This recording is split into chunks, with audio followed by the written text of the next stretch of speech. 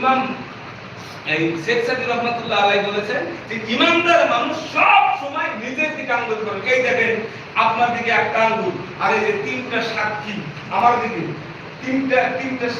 তিনটা আমার দিকে, একটা আপনার দিকে, তিনটা আমার দিকে, আর এটা হলো সাক্ষী।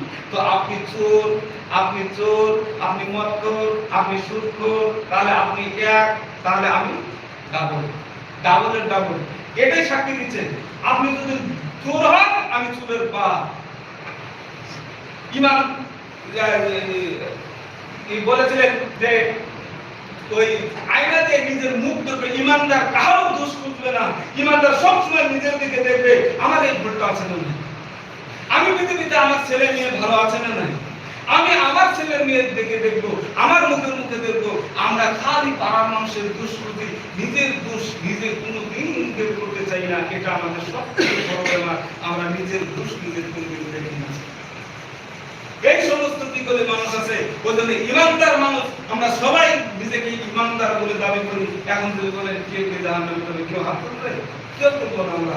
আল্লাহ আমাদের সবাইকে জান্নাত দান করুন, সবাই বলেন আমিন। তাহলে আমরা জান্নাতে কেউ যাবো না, সবাই আমরা জান্নাতি, সবাই আমরা জাহান্নামে কেউ যাবো না, সবাই আমরা জান্নাতে যাবো। তাহলে আমরা ইমানদার হব, তাহলে ইমানদার হলে নিজের ভুল আমাদের নিজের বুঝতে হবে, পাড়ার মানুষের ভুল দেখতে হবে না, পাড়ার মানুষের খবর আপনি নেবেন না। আপনি দেখছেন ওই লোকটা ভুল করছে, ওকে একাতে জড়িয়ে ধরে বললেন ভাই আপনি এটা ভুল করছেন, তাহলে ওই লোকটা, যে লোকটা বিপদ করবে, যে লোকটা পরনিন্দা করবে, যে লোকটা মানুষের কাছে দুর্নাম করবে, আল্লাহ রাব্বুল আলামিন পবিত্র কোরআনে বলেছেন ওই লোকটা পৃথিবীতে যেন তার ভাইয়ের মাংস যেন ভক্ষণ করবে। তাহলে বলেন এই মাংসটা আমরা খাই কি খাই না? সবাই খাচ্ছি। যে আমরা পাড়ার নিজের ভাই মারা গেছে, এবার মরে যাওয়া 3 দিন 4 দিন 10 দিন হয়ে গেছে, ওই মাংস প্লেটে করে নিয়ে আসা হয়, আমরা খেতে চাবো কেউ? সবাই তো ঘৃণা করবো। কিন্তু আল্লাহ বলেছেন এই মাংস সবাই খেতে চায়। এত খারাপ জিনিস গীবতটা, এই গীবত পৃথিবীতে গীবত এগুলি সমাজ নষ্ট করে, এগুলি সমাজটা ধ্বংস করে। হয়তো 10 জন মিলে আছেন, এই গীবত যখন মানুষ শুরু করে দেবে, তাহলে এই 10 জন মানুষের মিল মহব্বত থাকবে না। ওই জন্য আল্লাহ রাব্বুল ইসলাম আজ থেকে অনেক দিন আগে বলেছেন তোমাদের ভিতরে সব থেকে কোন আমলটা বড়, কোন জিনিস মানুষকে সব থেকে বেশি জান্নাতে যায়। আল্লাহ রাব্বুল আলামিন বলেন আতাদরুনা মা আকসারু মা ইয়াদখিলুন নাসাল জান্নাহ। তোমাদের ভিতরে সাহাবারা, এই তোমাদের ভিতরে কোন জিনিস তোমাদের সবথেকে বেশি জান্নাতে নেবে? আল্লাহ রাব্বুল আলামিন বলেন তাকওয়াল্লাহ। সাহাবারা বলেন ইয়া আল্লাহ রাসূল, আল্লাহ রাসূল ভালো না জানেন কোন জিনিস মানুষকে সবথেকে জান্নাতে বেশি নেবে? আল্লাহ রাব্বুল আলামিন বলেন তাকওয়াল্লাহ ওয়া হুসনুল খুলুকি। তোমাদের ভিতরে সবথেকে বেশি জান্নাতে নেবে তাকওয়াল্লাহ, আল্লাহ ভীরু মানুষকে, আর তোমার উত্তম চরিত্র তোমাকে সবথেকে বেশি জান্নাতে দেবে। তার মানে জান্নাতি ব্যক্তি যত হবে সবথেকে বেশি অংশ হবে তার চরিত্র, আর 2 নম্বরে আল্লাহ ভীরু মানুষ জান্নাতে বেশি যাবে।